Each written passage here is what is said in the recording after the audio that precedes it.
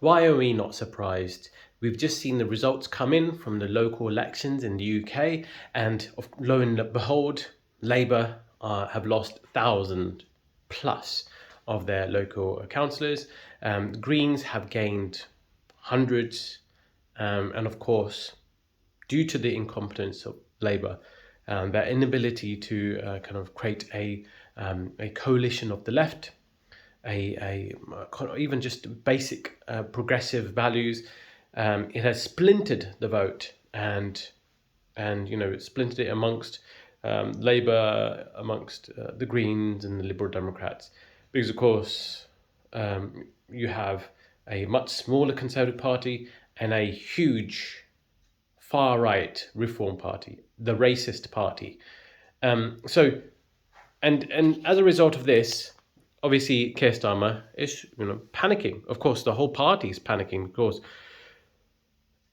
because their careers are in jeopardy. Of course, in the end, despite the fact that Labour are in a position to perhaps lose the next general election, and they know it, they fear more the rise of any progressive movement, any progressive movement that could counteract the rise of the far right in the form of reform, and even the Conservatives, who might form a coalition with them. Then they fear more the Greens. They fear more any kind of alternative vision than they do the right wing, which is it's incredible. It's incredible the lack of moral conviction. They care more about the career. They care about more of the payday. They care more about capitulating to these geopolitical hegemonic forces. They care more about protecting Zionism than they do about protecting the morality, about ethics, about humanitarian law. Let's not forget, Keir Starmer is supposed to be a former human rights lawyer, and he has broken any kind of trust, with any humanitarian,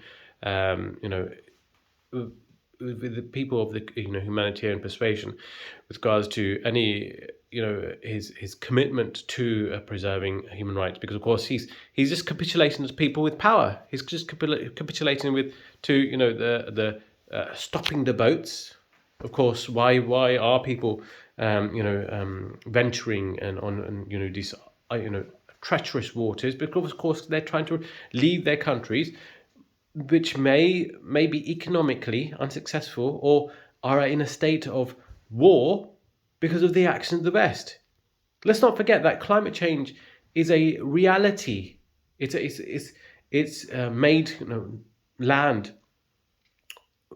highly infertile, and it's forced people to seek to seek a more habitable kind of land, and it's forced just by mere virtue of the fact that it's just not it's not particularly a prosperous land in which they live. Of course, if everyone had the choice and the land in which they live in it has opportunity, they would live in their own land. It just goes without saying. Or if their land was not at the mercy of these oppressive forces, or there wasn't a war waged by an ally of the West, of course they would stay in their countries. It just goes without saying. Or the West wasn't trying to sanction their countries, or the West wasn't trying to force them into a position whereby they had to leave, survive, or otherwise just lose their will to live. Of course, everyone would do the same. And in fact, in some way, the people who are trapped on these uncharted waters, there is an element of bravery there. There is an element of there's a level of bravery that which is not dissimilar to the bravery of people or who ventured from Africa and went into different countries in order to seek new life or seeking a new frontier. And they had to undergo and overcome these obstacles of suffering, of of losing loved ones along the way, of the kind of the dealing with the elements of life, of course, the elements of nature, the danger of nature, and of course, the whole point of this video is that it's quite clear that Keir Starmer is struggling here. One could say he's panicking here, and despite the media smears of Zack Polanski, and it was constant smearing of this Jewish leader. Let's not forget, this is a Jewish leader who changed his name to reflect a more to reflect his Jewish background. Zack Polanski. This is a person who obviously wants to embrace his Jewish heritage. This is but has been smeared as somebody who distrusts or is is somewhat of a anti-Semite, which is quite rich, coming from people who simply want to pit Israel as the spokes country of all Jews, which is essentially a racist thing. You can criticize Israel, and in fact, you could criticize Israel in the same spirit of criticizing the Third Reich, and not be guilty of being anti-Semitic, just as you wouldn't be guilty of being anti-German for being against the Third Reich. And the argument that for example, does a country have the right to exist? Does Israel have the right to exist?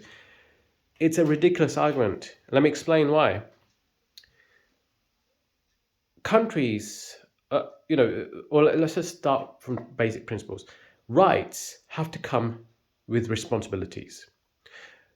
Surely everyone has the right to a home, yeah? But if your right to a home supersedes another person's right to a home, obviously your right is moot. I have a right to a home, but you do not have a right to take away another person's home and make that your home. And we apply that to Israel. Israel was formed from taking away the land of another people. So no, they don't have the right to exist. They don't have the right to. Obviously, the people have the right to exist, but the right to claim another people's land. That's obviously something. It's common sense. We shouldn't necessarily, we shouldn't necessarily ignore this very important point. And the argument that, let's say, there's a ancestral connection to land. Well, the Palestinians have an ancestral connection to land. Just look at the DNA, the research done on genealogical lines. The Palestinians have more of a connection to land than the European people who migrated there. They have a greater, stronger genealogical admixture from the land itself. Simply because successive religious invasions invasions by religious kingdoms means that somehow the people have changed. It's a bit like saying India and its genetic makeup completely changed because of the British taking over the land of India, the British Empire of India, which is ridiculous. Of course, the inhabitants didn't change. It's just the ruling class that changed. So obviously that is a ridiculous argument to make, and people have converted by force or by just simply by osmosis, but which is non-violent means. But that doesn't change your genetic makeup, what religion you follow. There's multiple hundreds of ethnicities that follow the Muslim faith. There are hundreds of ethnicities that follow that are considered under the umbrella of being Arab, but they are not the same people. We can see this in our DNA evidence. We can see this in genealogical lines, genealogical admixture. But anyways, I digress. So clearly, we are seeing the attack on Zack Polanski simply disintegrate because, of course, the fact that Greens have gained, let's say, 500 or so, 500 to 600 councillors in local elections, which means that the media is starting to lose some of its steam. We need to push on further and talk more about how the media has an interest in maintaining power, maintaining capital, maintaining these ties to these oppressive regimes. And we need to also remind ourselves of the history. Do not get gaslit by people who saying that saying that Zack Polanski is somehow not Jewish because he doesn't represent the Jewish community. Of course, the Jewish community, Jews are made of individuals. You can decide whatever you want as a person, whether respective of whether you're Jewish or bluish or Hindu or Muslim, based on your own personal conviction.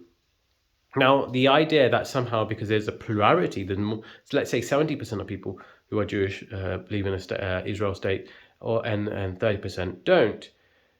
That's an argument from plurality, and it doesn't actually hold any when it comes to applying to real life situations, it starts to look a bit racist. Let's take, for example, the rise of the right wing in Germany, the Third Reich. The Nazis at one point were the most popular party in Germany. Does that mean therefore that a disagreement with the Nazi Party means that it's a disagreement with German people as an ethnicity? Obviously, that makes no sense. So we need to look at facts as they are, rather than the argument to and capitulating to an ethnic group as a whole, because ethnic groups are made of individuals, and individuals have their own volition, their own interests. The moment we stop thinking of people as individuals is the moment we start looking at people as tribes, and we start being literally racist. We start making racist caricatures of ethnic groups, and that somehow Jews now support genocide, which is ridiculous. Anyways, I hope you enjoyed this video. Please like, comment, and subscribe. That'd be very much appreciated. Thank you.